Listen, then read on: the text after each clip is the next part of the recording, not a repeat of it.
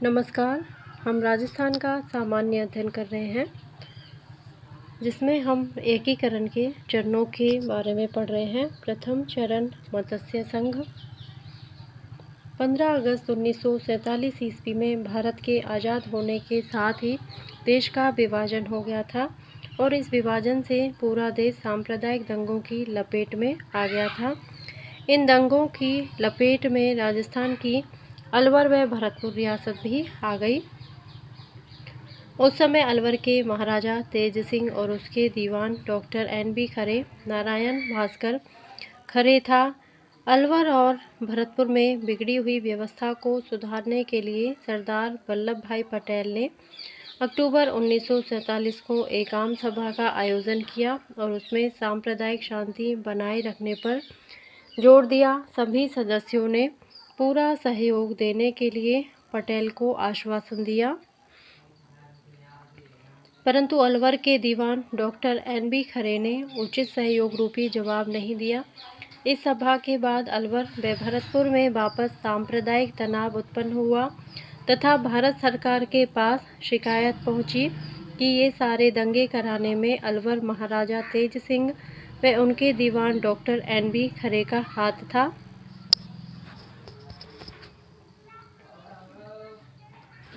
सरदार वल्लभ भाई पटेल को भी उन पर शक हुआ, क्योंकि अलवर राज्य के दीवान डॉक्टर NB खरे ने जो पहले वायसराय की कार्यकारिणी के सदस्य रह चुके हैं, फिर वे कांग्रेस पार्टी के सदस्य रहे तथा बाद में राष्ट्रीय स्वयंसेवक संघ की सदस्यता ग्रहण कर हिंदू महासभा के अध्यक्ष बन गए थे। अलवर भरतपुर में सांप्रदायिक सद्भावना स्थापित करने के लिए सरदार वल्लभ भाई पटेल ने अलवर के दीवान डॉक्टर NB खरे को पदच्युत करने की कार्रवाई करने लगे। तभी 30 जनवरी 1948 ईस्वी को दिल्ली में हिंदू महासभा के कार्यकर्ता नाथूराम गोडसे ने महात्मा गांधी की हत्या कर दी। पूरे भारत में यह अफवाह फैली कि अलवर के दीवान डॉक्टर NB खरे हिंदू महासभा के सक्रिय कार्यकर्ता हैं, इसलिए अलवर राष्ट्रीय स्वयंसेवक संघ के प्रशिक्षण का महत्वपूर्ण केंद्र बना हुआ है। गांधी जी के हत्यारों नाथूराम गोडसे व उनके साथी परचूरे को अलवर राज्य ने ही शरण दी है। भारत सरकार ने 7 फरवरी 1948 ईस्वी को अलवर राज्य का प्रशासन अपने हाथ में ले लिया तथा अलवर के महाराजा तेज सिंह व उसके दीवान डॉक्टर NB खरे को दिल्ली बुला लिया। उन दोनों को दिल्ली में ही रहने का आदेश दिया, जब तक कि उनके विरुद्ध गांधी जी की हत्या के पीछे हाथ होने के आरोप की जांच पूरी नहीं हो जाती। भरतपुर के महाराजा ब्रजेंद्र सिंह ने ग्वालियर नरेश की सलाह पर भरतपुर रियासत की भागदौड़ भारत सरकार को सौंप दी।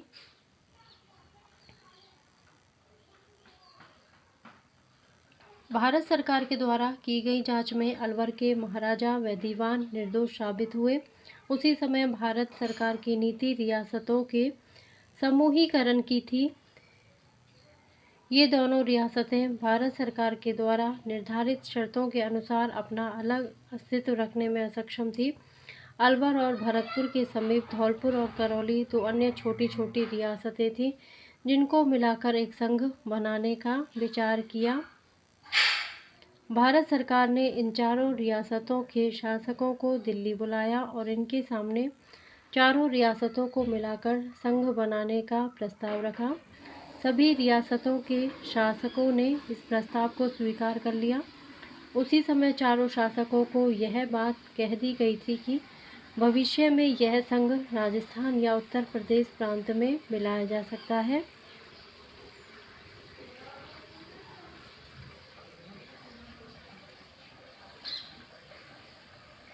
क्योंकि यह छोटा संघ आत्मनिर्भर नहीं हो सकता। बाद में इस संघ का नाम रखने की बात आई तो कन्हैया लाल माणिक्य लाल मुंशी KM मुंशी के कहने पर इस संघ का नाम मत्स्य संघ रखा गया, क्योंकि प्राचीन काल में यह क्षेत्र मत्स्य प्रदेश के नाम से जाना जाता था। मत्स्य संघ में 4 रियासतों अलवर, भरतपुर, करौली व धौलपुर ABCD को शामिल किया गया। मत्स्य संघ की राजधानी अलवर बनाई गई। मत्स्य संघ का राज प्रमुख धौलपुर के महाराजा उदयभान सिंह तथा उपराज प्रमुख करौली के राजा गणेशपाल वासुदेव को बनाया गया। इस संघ का प्रधानमंत्री अलवर प्रजामंडल के प्रमुख नेता श्री शोभाराम कुमावत तथा उप प्रधानमंत्री युगल किशोर चतुर्वेदी व गोपीलाल यादव को बनाया गया। ध्यातव्य रहे, महाराजा प्रमुख एवं राष्ट्र प्रमुख का पद ब्रिटिश गवर्नर लॉर्ड वेलिंगटन के काल में सुसृजित किए गए, परंतु महाराजा प्रमुख का पद 1955 में महाराजा भूपाल सिंह की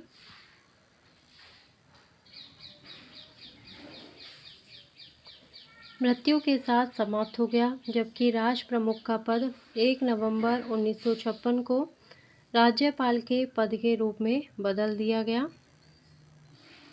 इस संघ का विधिवत उद्घाटन 18 मार्च 1948 ईस्वी को NV गौडगिल, नरहरि विष्णु गौडगिल के द्वारा लोहागढ़ दुर्ग, भरतपुर में किया गया।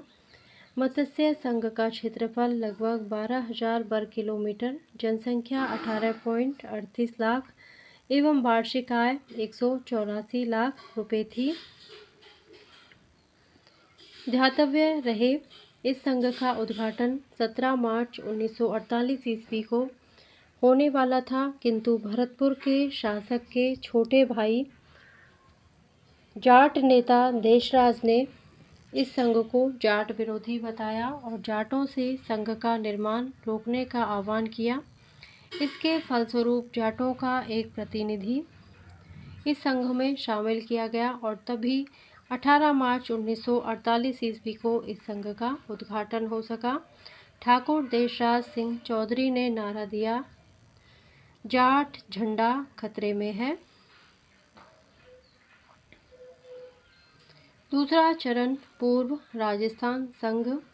मत्स्य संघ के निर्माण की वार्ता चल रही थी तो राजस्थान के दक्षिणी भाग में कोटा के महाराज भीम सिंह ने हाड़ौती संघ बनाने का प्रस्ताव पारित किया, जिसमें कोटा, बूंदी, झालावाड़, प्रतापगढ़, डूंगरपुर, टोंक, बांसवाड़ा, किशनगढ़ व शाहपुरा रियासत शामिल होकर एक संघ का निर्माण करें।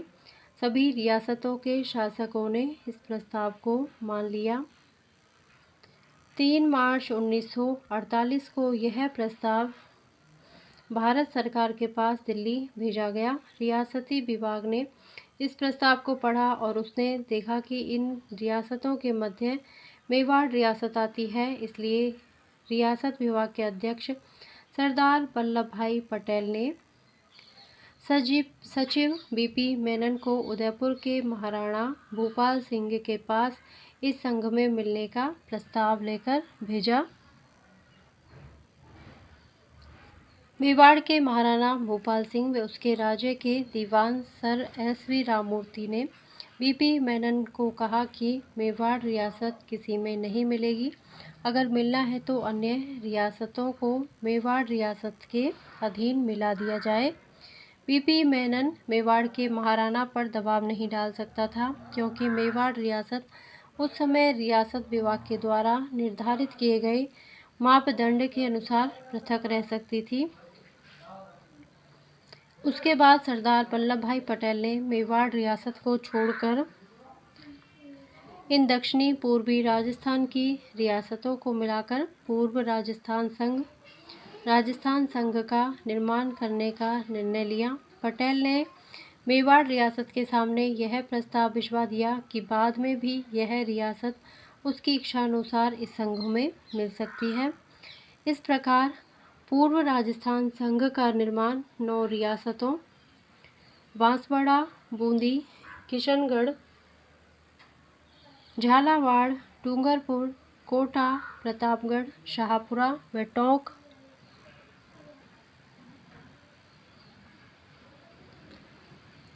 बाबू की झाड़ू को प्रसाटो। ये ट्रिक है याद करने की इन 9 रियासतों को। वह एक ठिकाने कुशलगढ़ को मिलाकर किया गया। पूर्व राजस्थान संघ की राजधानी कोटा, राजप्रमुख कोटा के महाराज भीम सिंह, उपराष्ट्र प्रमुख बूंदी के महाराजा बहादुर सिंह, कनिष्ठ उपराष्ट्र प्रमुख डूंगरपुर के महारावल लक्ष्मण सिंह को तथा प्रधानमंत्री गोकुललाल असावा को बनाया गया। पूर्व राजस्थान संघ का विधिवत उद्घाटन 25 मार्च 1948 ईस्वी को NV गौडगिल के द्वारा कोटा दुर्ग में किया गया। ध्यातव्य रहे, बांसवाड़ा रियासत के शासक चंद्रवीर सिंह ने अपना शासन सौंपने के कागजों पर हस्ताक्षर करते हुए कहा था कि मैं आज अपने डेथ वारंट पर हस्ताक्षर कर रहा हूँ। पूर्व राजस्थान संघ का क्षेत्रफल 16,807 वर्ग किलोमीटर, जनसंख्या लगभग 23.5 लाख एवं वार्षिक आय 2 करोड़ रुपए से अधिक थी। तीसरा चरण, संयुक्त राजस्थान संघ। उदयपुर के महाराणा पूर्व राजस्थान संघ में नहीं मिले तो मेवाड़ रियासत में इसके लिए तीव्र प्रतिक्रिया हुई और मेवाड़ प्रजामंडल के प्रमुख नेता व संविधान निर्मात्री परिषद के सदस्य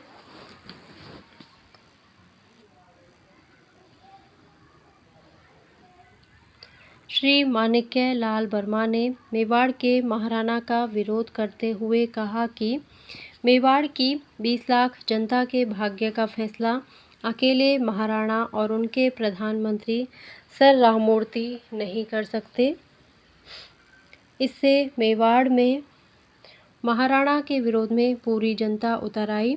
उससे बचने के लिए 23 मार्च 1948 ईस्वी को मेवाड़ के महाराणा ने VP मेनन के पास उसके प्रधानमंत्री सर राममूर्ति को 3 मांगों के साथ भेजा और पूर्व राजस्थान संघ के उद्घाटन की तारीख को 25 मार्च से आगे बढ़ाने का आग्रह किया।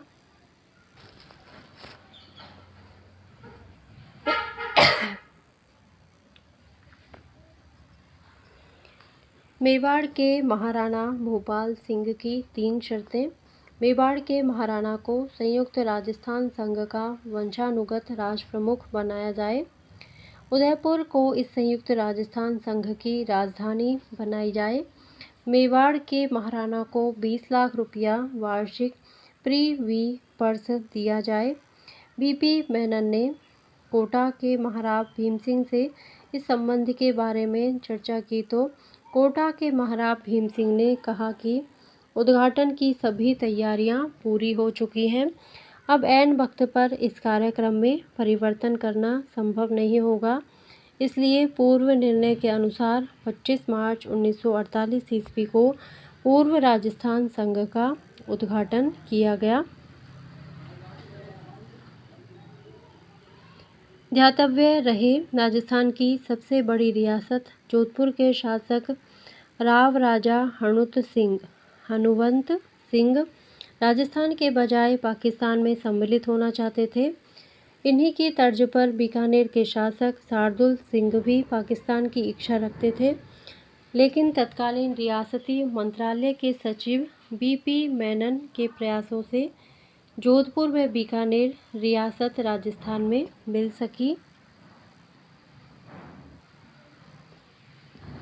पूर्व राजस्थान संघ के निर्माण के बाद सरदार वल्लभ भाई पटेल व VP मेनन ने मेवाड़ के महाराणा भूपाल सिंह की शर्तों के बारे में विचार विमर्श किया और भूपाल सिंह की पहली शर्त पर विचार विमर्श कर इस बात के लिए राजी कर लिया कि संयुक्त राजस्थान संघ के राज प्रमुख के पद पर वंशानुगत की जगह उन्हें आजीवन राज प्रमुख बना दिया जाए। कोटा, डूंगरपुर व बूंदी के शासकों से विचार विमर्श कर उदयपुर को संयुक्त राजस्थान संघ की राजधानी बनाई जाए। अतः इस बीच कोटा के महाराव ने भी एक शर्त रखी कि वर्ष में विधानमंडल की एक बैठक कोटा में होगी। कोटा राज्य का ऐतिहासिक महत्व कायम रखने के लिए ठोस कदम उठाए जाएंगे। बाद में मेवाड़ की तीसरी शर्त 20 लाख प्रीवी पर्स पर विचार किया गया, क्योंकि रियासती विभाग ने पहले ही यह तय कर दिया था कि किसी भी रियासत के शासक को 10 लाख रुपए वार्षिक से अधिक प्रीवी पर्स नहीं दिया जाएगा। तेज तर्रार दिमाग रखने वाले सरदार वल्लभ भाई पटेल ने इसका भी रास्ता निकाल लिया। रियासती विभाग ने यह निर्णय लिया कि मेवाड़ के महाराणा को 10 लाख रुपए वार्षिक प्रीवी पर्स, 5 लाख रुपए प्रीवी पर्स मेवाड़ के राजवंश की परंपरा के अनुसार धार्मिक कार्यों हेतु एवं 5 लाख रुपए राष्ट्र प्रमुख पद के भत्तों के रूप में दिया जाए। इस प्रकार मेवाड़ के महाराणा भूपाल सिंह की सारी शर्तें मान लेने के बाद मेवाड़ के महाराणा भूपाल सिंह ने संयुक्त राजस्थान संघ में विलय पत्र पर हस्ताक्षर कर दिया।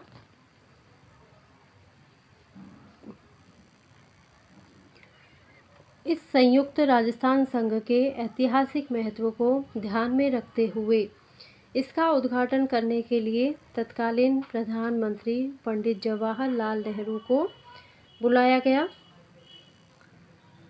संयुक्त राजस्थान संघ, इस संघ का निर्माण पूर्व राजस्थान संघ में उदयपुर रियासत को मिलाकर कुल 10 रियासतें किया गया। संयुक्त राजस्थान संघ की राजधानी उदयपुर को बनाई गई। इस संघ के राष्ट्र प्रमुख मेवाड़ के महाराणा भूपाल सिंह को, उपराष्ट्र प्रमुख कोटा के महाराव भीम सिंह एवं कनिष्ठ उपराष्ट्र प्रमुख बूंदी के महाराव लक्ष्मण सिंह को बनाया गया। पंडित जवाहरलाल नेहरू की सिफारिश पर संयुक्त राजस्थान का प्रधानमंत्री माणिक्यलाल वर्मा एवं उप प्रधानमंत्री श्री गोकुललाल असावा को बनाया गया।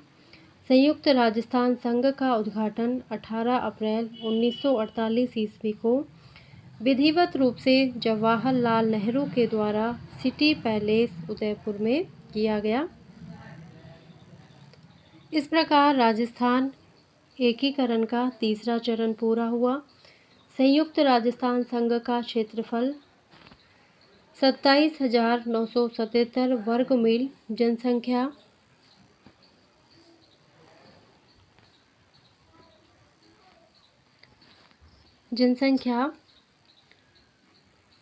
42,60,918 तथा वार्षिक आय 3,016 करोड़ रुपए थी। अगला चरण है चतुर्थ चरण, बृहत राजस्थान संघ, विशाल राजस्थान, जिसको हम अगले पार्ट में पढ़ने वाले हैं। अभी के लिए इतना ही। अगर आपको मेरा वीडियो पसंद आता है तो प्लीज़ इसे लाइक करें, शेयर करें और मेरे चैनल को सब्सक्राइब करें। Thank you.